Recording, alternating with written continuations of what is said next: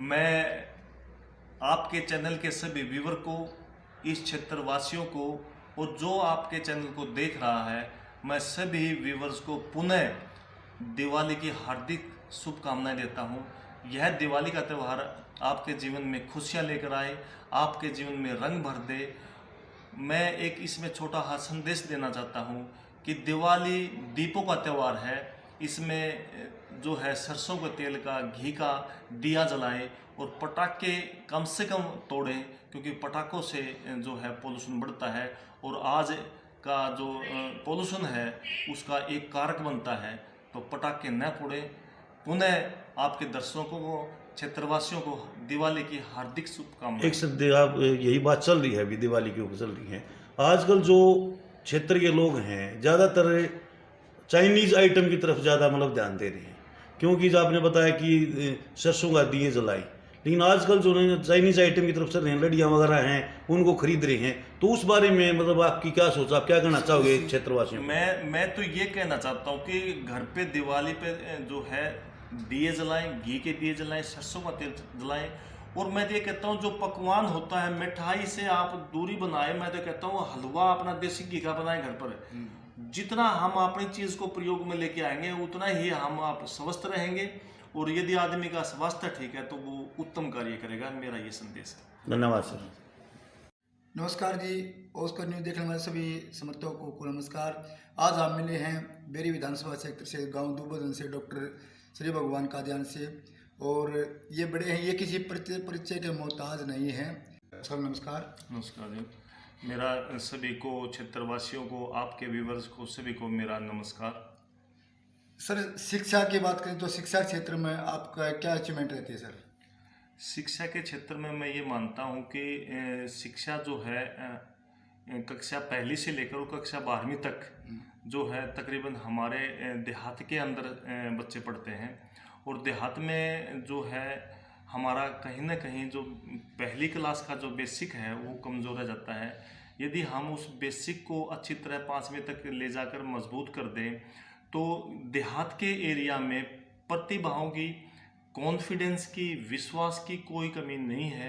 आज आप देख रहे हैं कि देहात के क्षेत्र से बहुत सारे विद्यार्थी जो हैं एनडीए के अंदर जा रहे हैं, बहुत सारे विद्यार्थी सीडीएस के थ्रू जा रहे हैं, बहुत सारे विद्यार्थी आईपीएस आईएएस बन रहे हैं, डॉक्टर इंजीनियर बन रहे हैं। तो गांव और देहात में प्रतिभाओं की कोई कमी नहीं है। सिर्फ उनको एक दिशा और डायरेक्शन दिखाने का यदि हम एक उचित प्रबंध कर लें किसी भी शिक्षा के माध्यम से, तो प्रतिभाओं की तो कमी नहीं है। सर आपकी जैसे ज़्यादातर हमने देखा है, ज़्यादातर जो ड्यूटी है आपकी बेरी क्षेत्र में रही है, तो बेरी क्षेत्र में शिक्षा से संबंधित है, आपको किस तरह की समस्याएं देखने को मिली है, उसका क्या समाधान निकल सकता है? सबसे बड़ी समस्या बेरी क्षेत्र में जो है विद्यार्थी स्कूल नहीं पहुंच रहे, क्योंकि जितने भी गवर्नमेंट स्कूल हैं वहाँ विद्यार्थी पहुंच जाएं तो मैं मानता हूं ये जो कमी है विद्यार्थी शिक्षा की तो नहीं रहेगी। क्योंकि सबसे पहला जो हमारा टारगेट है विद्यार्थी को स्कूल पहुंचाना है, चाहे वो प्राइवेट स्कूल है चाहे वो गवर्नमेंट स्कूल है। कारण क्या सर, जैसे विद्यार्थी स्कूल नहीं पहुंच पा रहे, उसका क्या कारण है उसके पीछे? उसका कारण सबसे बड़ा तो मैं मानता हूं कि माँ बाप का पढ़ा लिखा ना होना। कहीं ना कहीं वे अपने बच्चों की तरफ ध्यान नहीं दे पाते, चाहे वो उनको पास समय नहीं है या और किसी संसाधन की कमी है। यदि बच्चों को वे स्कूल पहुंचाएंगे तो प्रतिभा की तो कमी इस क्षेत्र में नहीं है। सर जैसे माँ बाप का मतलब पढ़ा लिखा ना होना मेन कारण आपने ये बताया है। ये कुछ बच्चे ऐसे होते हैं जो पढ़ने में इंटेलिजेंट होते हैं, होशियार बच्चे होते हैं, आर्थिक तंगी के चलते वो पढ़ नहीं पाते, उनकी मजबूरी है। तो उनको लेकर आपके क्या प्रयास पीछे रहे हैं? और शिक्षा क्षेत्र से आप कितने वर्ष हो गए आप जुड़े हुए, और उनको वो वंचित ना रहे पढ़ाई से, आगे क्या प्रयास रहने वाले हैं? मैंने लगभग शिक्षा क्षेत्र से जुड़े हुए 26 साल हो गए हैं। 26 वर्ष मैं पिछले शिक्षा क्षेत्र में काम कर रहा हूँ। इसमें सबसे बड़ी तो बात यह है कि विद्यार्थी आर्थिक वजह से पढ़ाई नहीं छोड़ते। इसका कारण और है, इसका कारण सबसे है उनको सही दिशा ना बताना।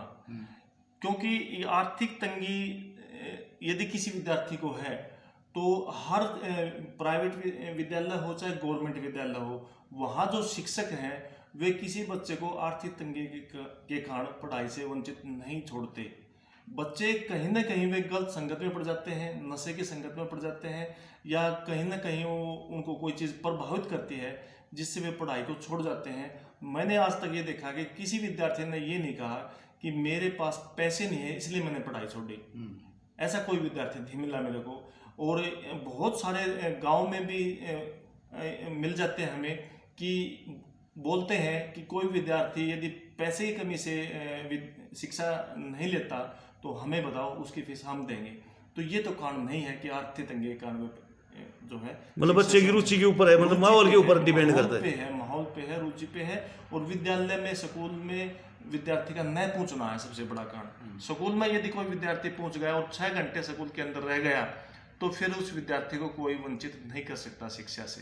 सर क्या कारण रहते हैं कि जो प्राइवेट स्कूल के बजाय सरकारी स्कूलों में जो बच्चों की स्ट्रेंथ है वो बहुत ही कम होती जा रही है? इसका मेन रीजन क्या कारण है सर? इसका मेन रीजन एक नहीं है, इसके मेन रीजन कई हैं। कि एक तो सबसे पहले तो हमारे प्रति एक जो है भावना बन चुकी कि यहाँ पढ़ाई होती है, यहाँ पढ़ाई नहीं होती है। ऐसी बात नहीं है, दोनों ही स्कूल में पढ़ाई होती है। सिर्फ हमने विश्वास करना पड़ेगा कि दोनों ही जगह प्राइवेट में पढ़ाई होती है, सरकार में भी पढ़ाई होती है। ऐसी एक सिर्फ भावना जो बनी है उसके कारण ये है। मैं नहीं मानता कि गवर्नमेंट में पढ़ाई नहीं होती। सर जैसे भावनाओं की आपने बात की, बच्चे सरकारी स्कूल में बहुत कम जा रहे हैं, बच्चों की संख्या सरकारी स्कूल में ज़्यादा हो, स्ट्रेंथ बढ़े, उसको लेकर आपके मतलब क्या नज़रिए से क्या मतलब हो सकता है? ये बहुत अच्छा सवाल है। ये हमने जितने भी शिक्षा से जुड़े हुए लोग हैं, हमने पंचायत स्तर पर, ब्लॉक स्तर पर और जिला स्तर पर ये गांव वालों को, लोगों को ये मोटिवेट करना पड़ेगा कि आप अपने बच्चों को विद्यालय जरूर भेजिए। कोई भी विद्यालय शिक्षा के क्षेत्र में पीछे नहीं है। ये कंपटीशन का ज़माना है।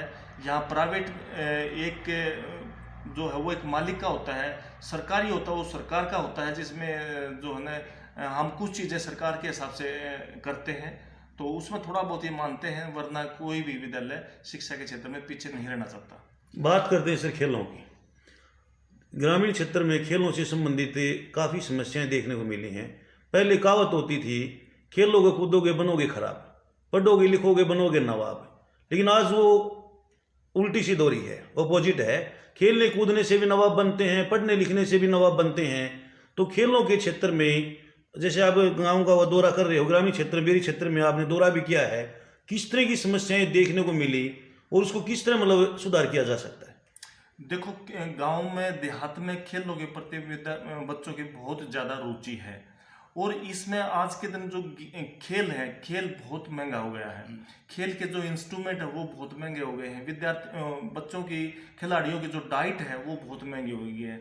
तो हर पेरेंट्स आता है कि मेरा बच्चा यदि शिक्षा में नहीं जा रहा तो कम से कम गेम में तो चला जाए।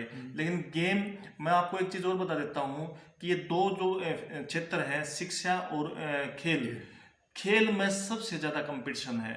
उसमें एक बहुत बड़ा कंपटीशन है। शिक्षा में इतना कंपटीशन आगे आने का नहीं है, खेल में सबसे बड़ा कंपटीशन है।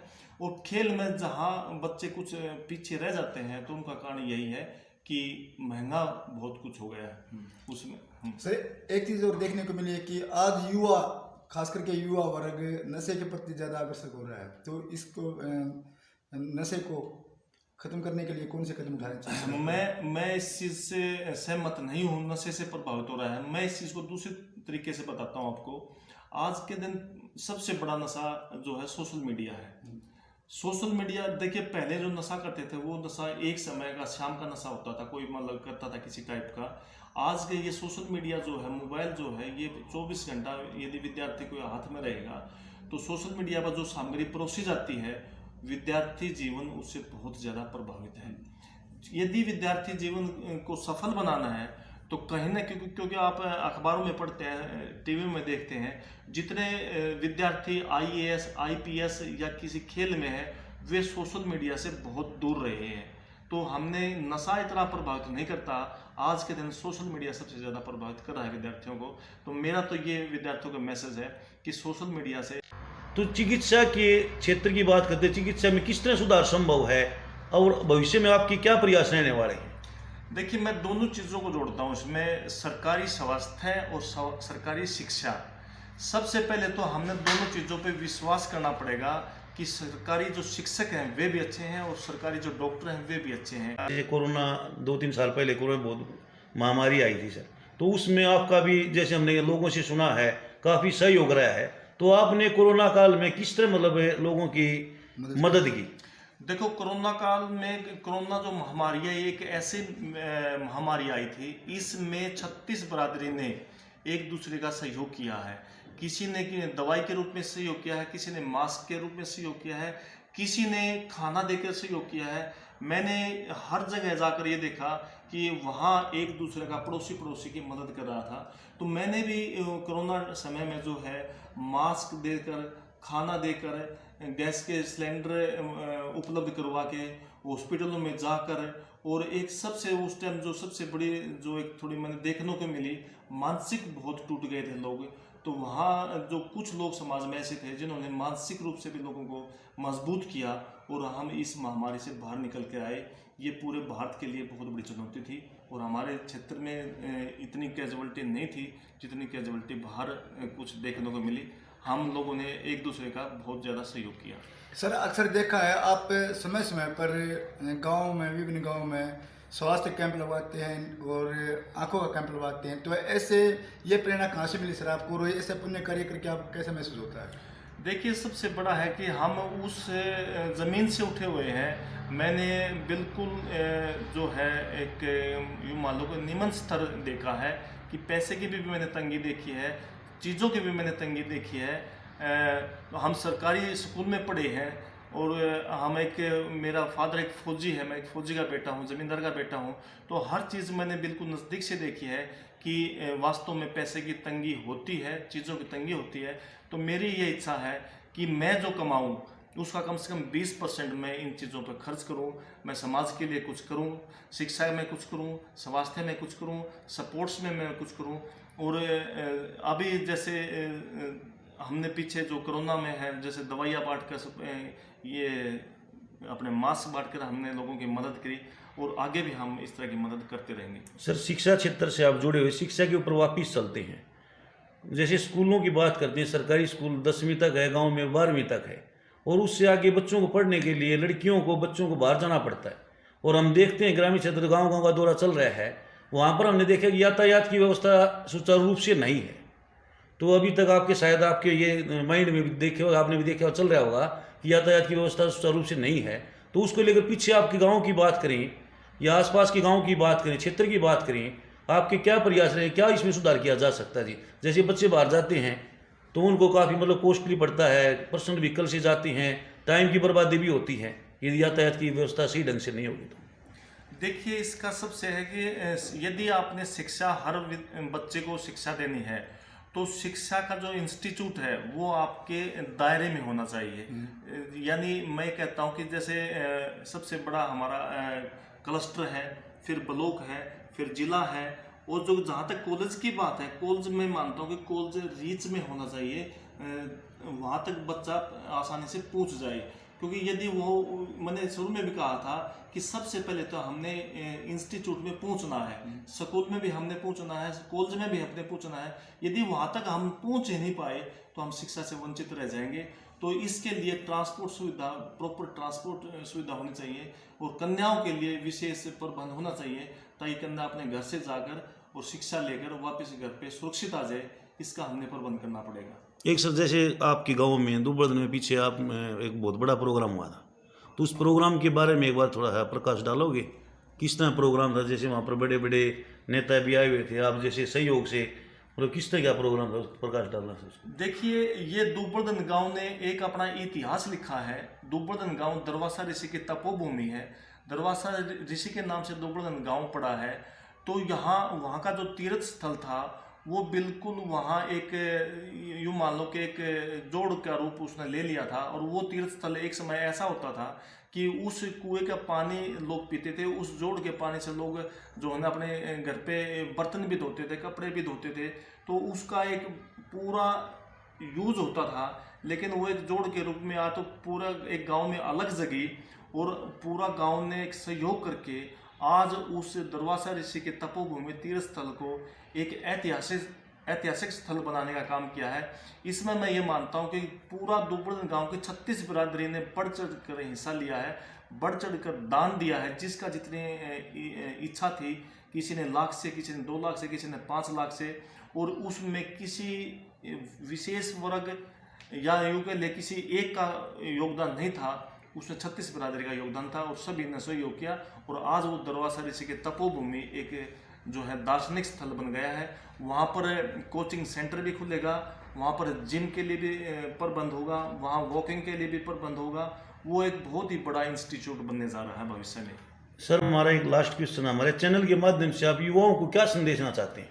मैं आपके चैनल के माध्यम से सभी व्यूवर को एक संदेश देना चाहता हूँ कि एक तो जो विद्यार्थी है या युवा है, अपने अंदर का जो उसके अंदर एक खासियत होती है उसको पहचाने।